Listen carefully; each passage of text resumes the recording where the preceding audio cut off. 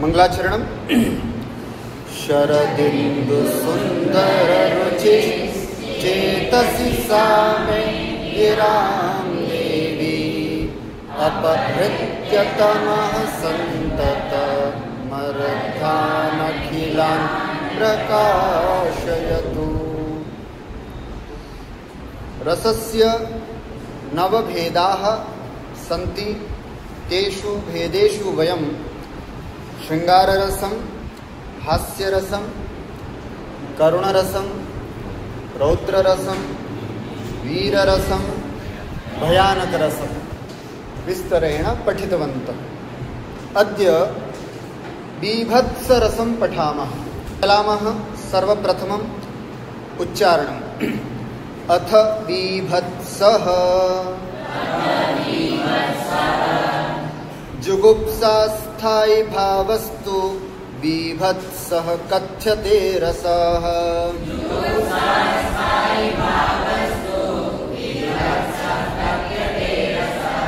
नीलवर्णो महाकाल दैवतोऽयमुदारितः।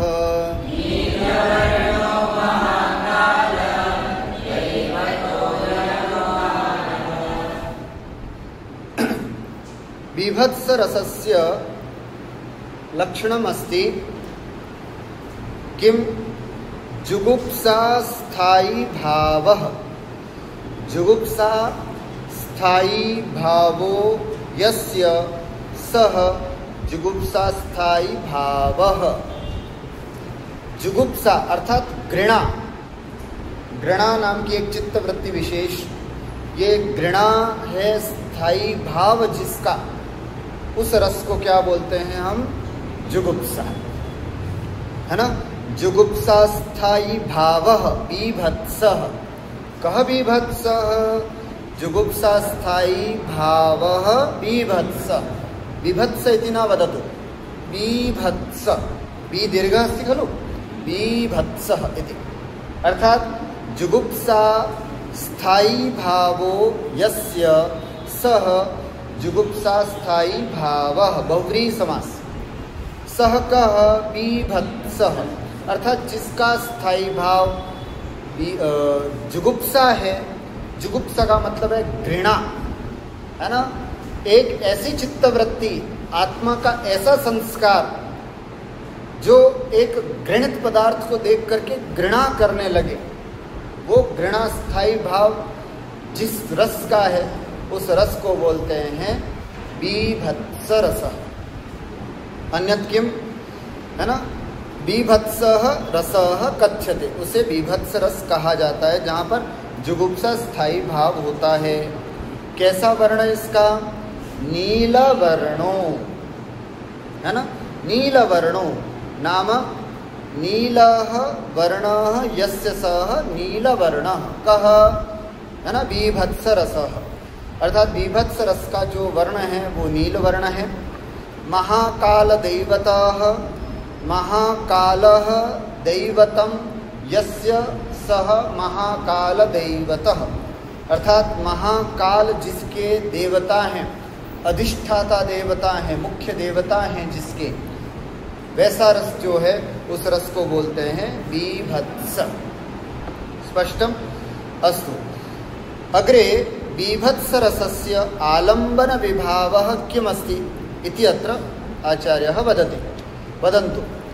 दुर्गन्धमांसरुधिर मेदांस्यालम्बनं मतम्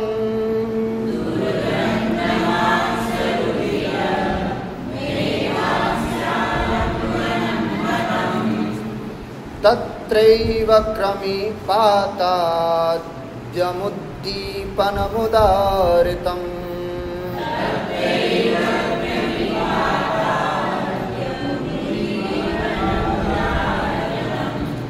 दुर्गंध मांस रुधिर, है ना। दुर्गंध मांस रुधिर मेदांसी, है ना। मेदांसी इति इत्युक्ते कितनी चीजें आई इसमें?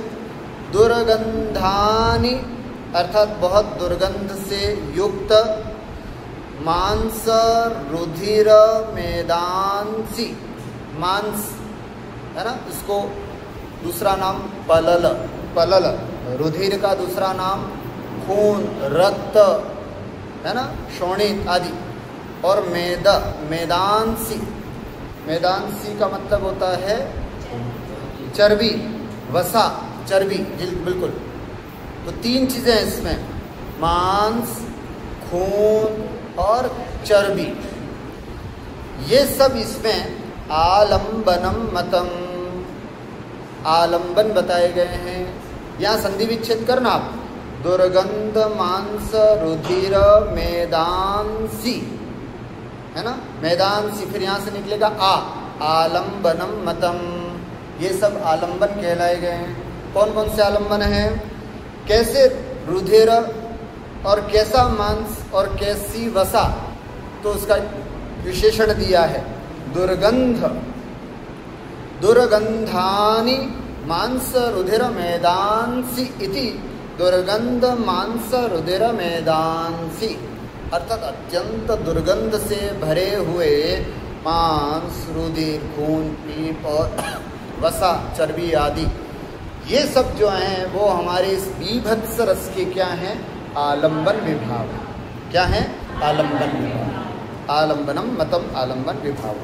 अस्तु उद्दीपनम किम अत्र, बीभत्स रस में ऐसी कौन सी चीज़ें जो हमको घृणा के लिए उत्तेजित करती है, तत्रैव, अर्थात वापस उसी दुर्गंध मांसादिषु, दुर्गंध मांस आदि में फिर क्रमी पातादि है ना, क्रमी पाताद्यम है ना, क्रमी पाताद्यम उद्दीपनम उदारितम।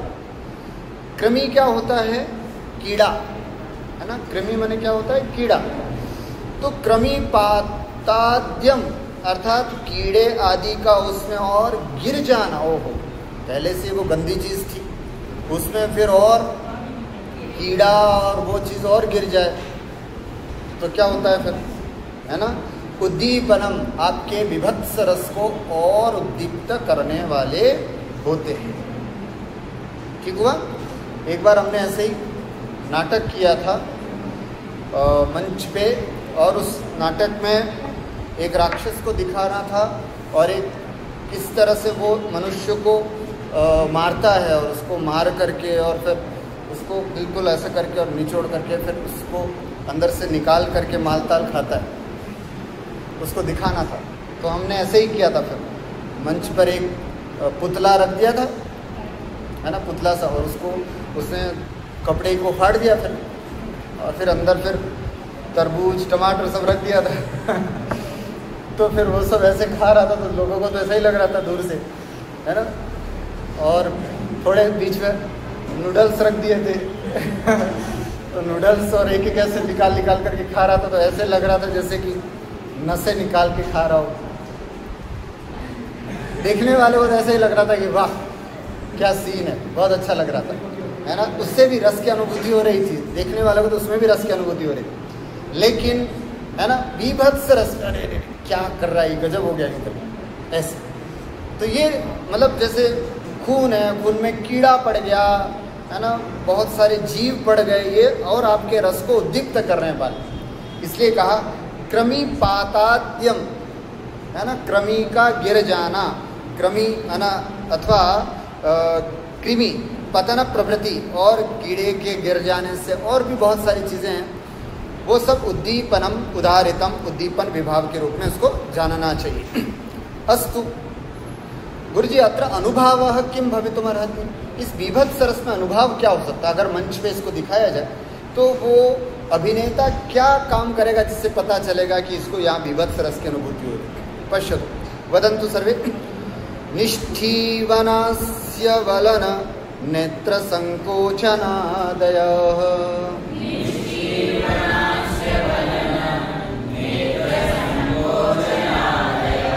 अनुभावास्तत्र मतास्तथा स्युर्व्यभिचारिणाः,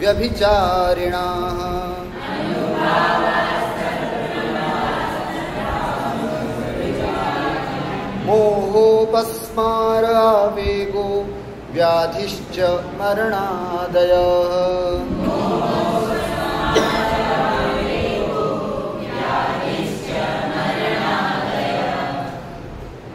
यदि कोई अभिनेता मंच पर बीभत्स रस का अभिनय करे तो वो क्या कर सकता है? देखो, सबसे पहला निष्ठीवनम, है ना? निष्ठीवनम, निष्ठीवनम मतलब थूकना, ऐसे करके थूकता ना जो उसको, तो ये मंच पर दिखाया जाएगा। तो निष्ठीवनम, थूकने का, थुत्कार करना, इसको बोलते हैं बीभत्स रस का अनुभव, निष्ठीवनम। और क्या कर सकता है? निष्ठीवन, उसके बाद देखो ध्यान से, आस्यवलनम, आस्यवलनम, आस्यवलनम नाम मुख संवरणम, ऐसे मुख संवरण, मुख को घुमा देना, है ना? मुख ऐसा था उसको ऐसे एकदम अपने चेहरे को एक तरफ कर देना, आस्यवलनम, चेहरे को मुड़ा देना, एक तरफ कर लेना, अस्तु। उसके बाद क्या है?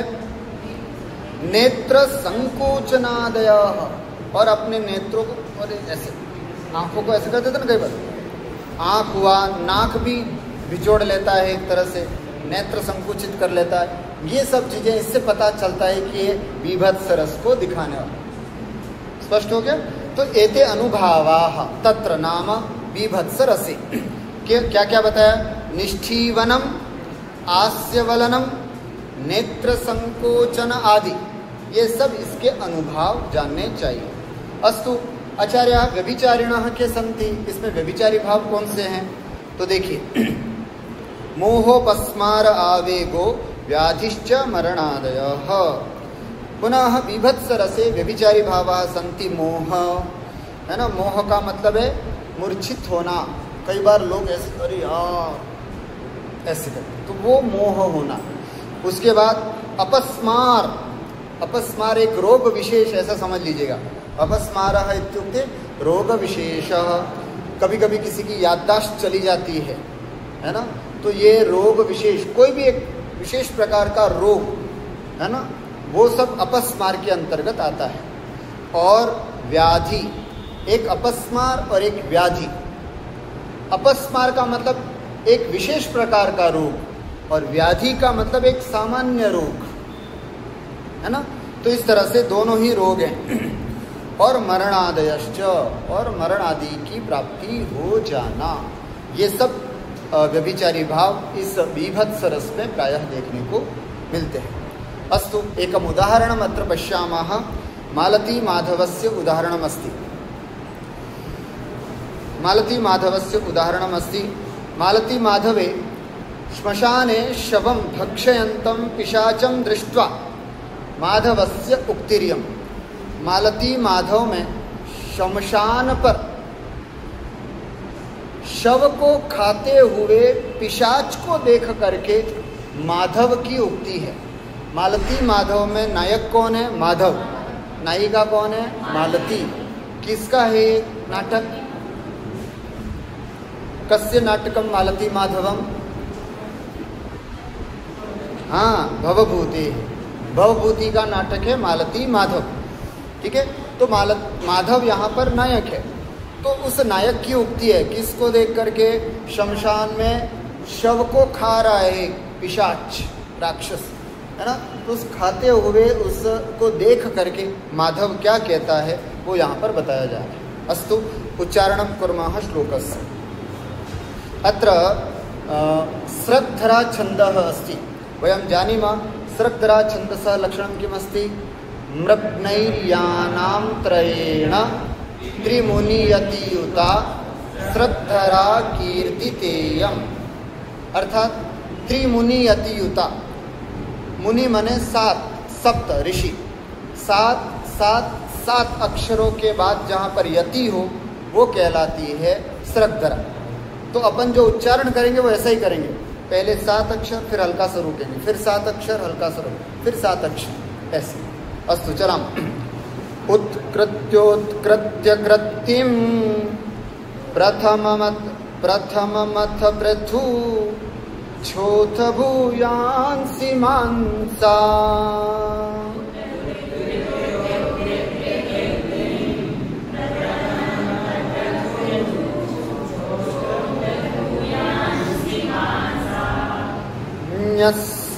न्यंसस्फिक्पृष्ठपिण्डात् जवयवसुलभान्युग्रपूतीनि जग्ध्वा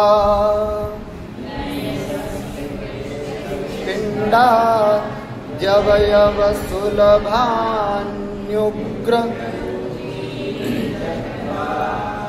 आर्तः पर्यस्तनेत्रः प्रकटितदशनः प्रेतरंगः करंगा।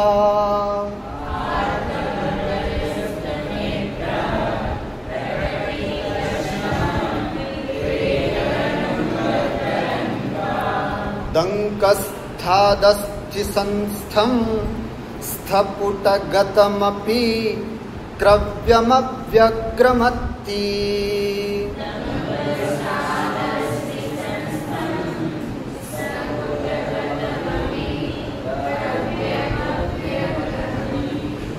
क्या बात, कितना अच्छा पढ़ रहे हो आप लोग, है ना। अस्तु उत्कृत्योत्कृत पश्यतु अत्र किम अस्ति क्रव्यम अत्ति। क्रव लास्ट वाली लाइन देखो, क्रव्यम अव्यग्रमत्ति।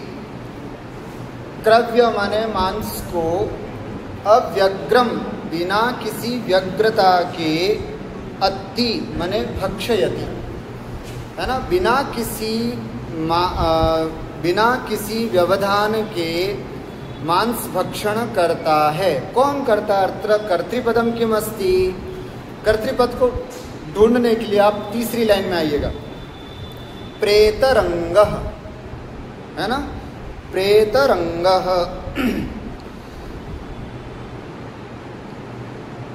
प्रेतरंकः, रंगः नहीं होगा, प्रेतरंकः। प्रेतेषु रंकः इति प्रेतरंकः। मतलब जो प्रेत होते हैं उसमें दरिद्र, दरिद्र का मतलब भूखा है, कुछ भी खाने को नहीं मिला, ऐसा कोई व्यक्ति प्रेत अगर खाने के लिए बैठता है तो वो किस तरह से खाएगा, उसका एक बहुत सुंदर वर्णन किया। आप देखेंगे सामान्य रूप से घर में भोजन करते अपन, जब अपने को भूख लगती है तब कैसे अपन भोजन पर टूट पड़ते हैं। शब्द ऐसा ही प्रयोग कर रहा हूँ, कैसे अपन भोजन पर टूट पड़ते, और जब आराम से भूख ज़्यादा नहीं होती तो आराम से खाते, और जिस दिन बहुत भूख लगती तो अपन कैसे, इसी तरह प्रेतरंकः नाम प्रेतेषु यह रंकः, मतलब गरीब दरिद्र जो था, ऐसा प्रेतरंकः कोई था जो अव्यग्रम बिना किसी व्यग्रता के, बिना किसी डिस्टर्बेंस के, क्रव्यम मांसम अत्ति भक्षयति, मांस को खा रहा है। कौन कह रहा है? ये माधव कह रहा है। शमशान भूमि में एक प्रेत को मांस खाते हुए देख करके बोल रहे हैं, ठीक है। अब कैसे मांस खाता है? कोई भी शव है, अब उस शव को कैसे मांस खा रहा, मतलब उसको कैसे खा रहा है, तो आप देखेंगे पहले तो 2-4 दिन हो गए तो उस शव को तो सूजा हुआ था, थोड़ा शव फूल गया था, तो पहले तो फाड़ता उसमें, है ना, शव को फाड़ता, फिर उसमें से जितना माल मदीना होता है वो पहले खाता है ना। कहाँ कहाँ से जो अच्छी अच्छी जगह हैं वहाँ से वो निचोड़ता है, मांस को निकालता है। अच्छी अच्छी जगह कहाँ है जहाँ से उसको मांस मिल जाता है इजीली?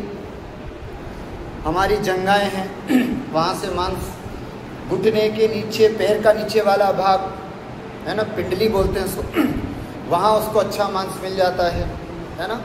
हमारे पेट के आसपास की जगह है वहाँ पर उसको बहुत अच्छा मांस मिल, तो पहले इन सब चीज़ों को फाड़ फाड़ करके इजीली मांस को खाता है।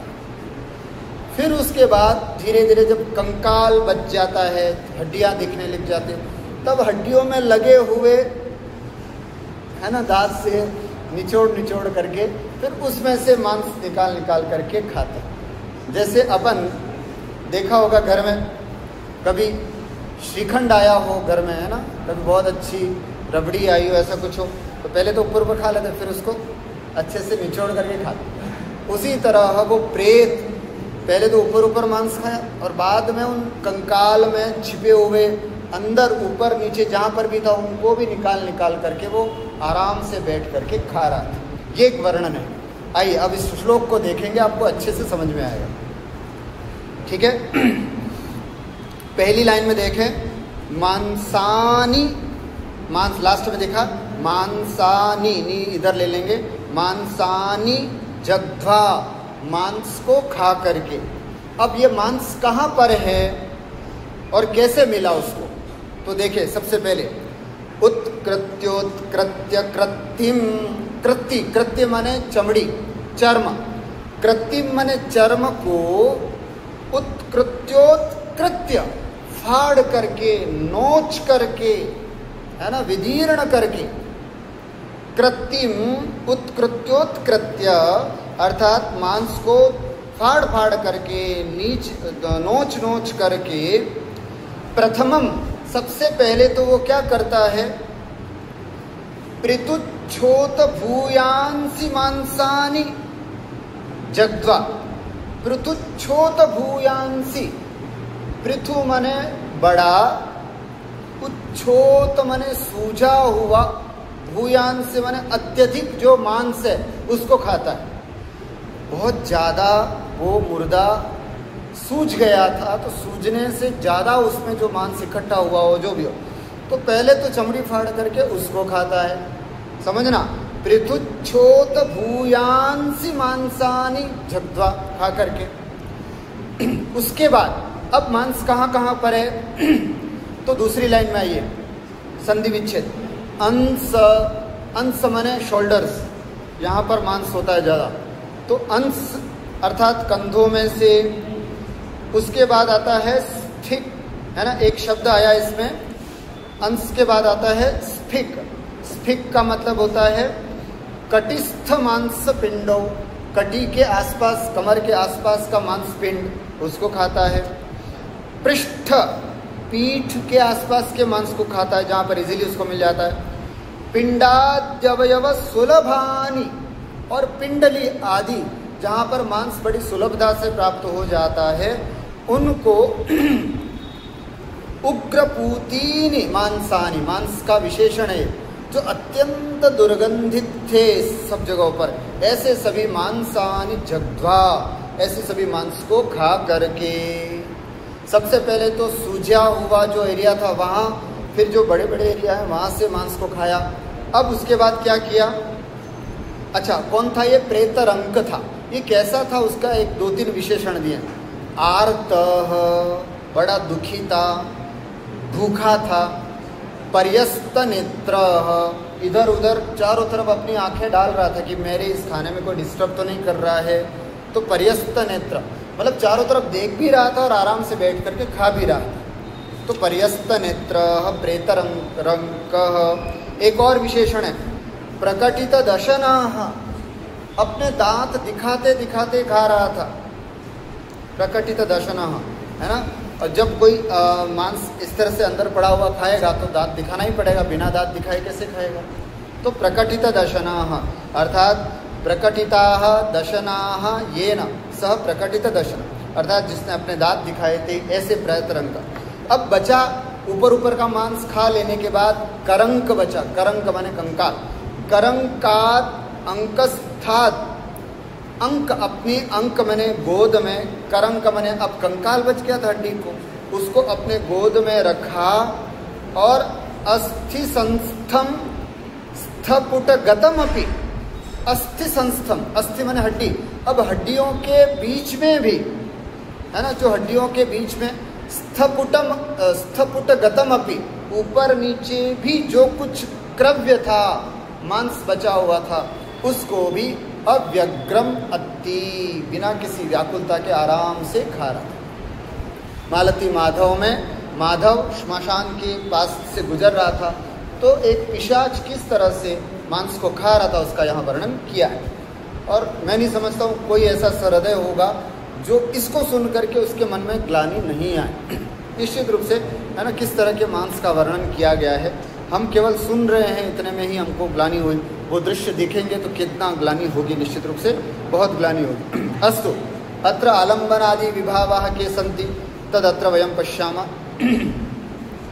सर्वप्रथमम् अत्र स्थायी भावः किमस्ति? जुगुप्सा। स्थायी भावः किमस्ति? जुगुप्सा। अस्तु, शवमांसम आलम्बनम। शव मुर्दे का जो मांस है वो यहाँ पर क्या है? आलम्बन विभाव। तत्कर्तनम मांसादनम, मांसादि का खाना, ये सब क्या है? उद्दीपनम। उद्दीपनम। और इन सब चीजों को देख करके माधव, अरे छी छी थू, ये क्या है? अनुभाव। माधवस्य निष्ठीवनादयो अनुभावाः। माधव का जो थूकना, नाक को बिचोड़ना, आंखें छोटी करना, मुंह को बदल देना, ये सब क्या है? अनुभाव। तद्दर्शनात् मोहो मोहादयो व्यभिचारी भावा।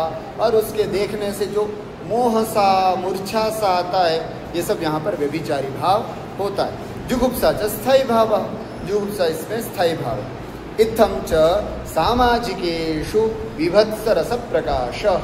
इस प्रकार से इन विभाव, अनुभाव और व्यभिचारी भावों को के द्वारा जो जुगुप्सा नाम का स्थायी भाव है वो विभत्स रस के रूप में प्रकट होता है। अस्तु, एवं विभत्स रसस्य अत्र वर्णनम् अद्य वयं पठितवन्तः। अन्तिमम् अस्ति किं नाम? उपान्तम् अस्ति अद्भुतरसः अनन्तरं शान्तरसः। अस्मिन् विषये वयम् अग्रिमकक्षायां पठिष्यामः।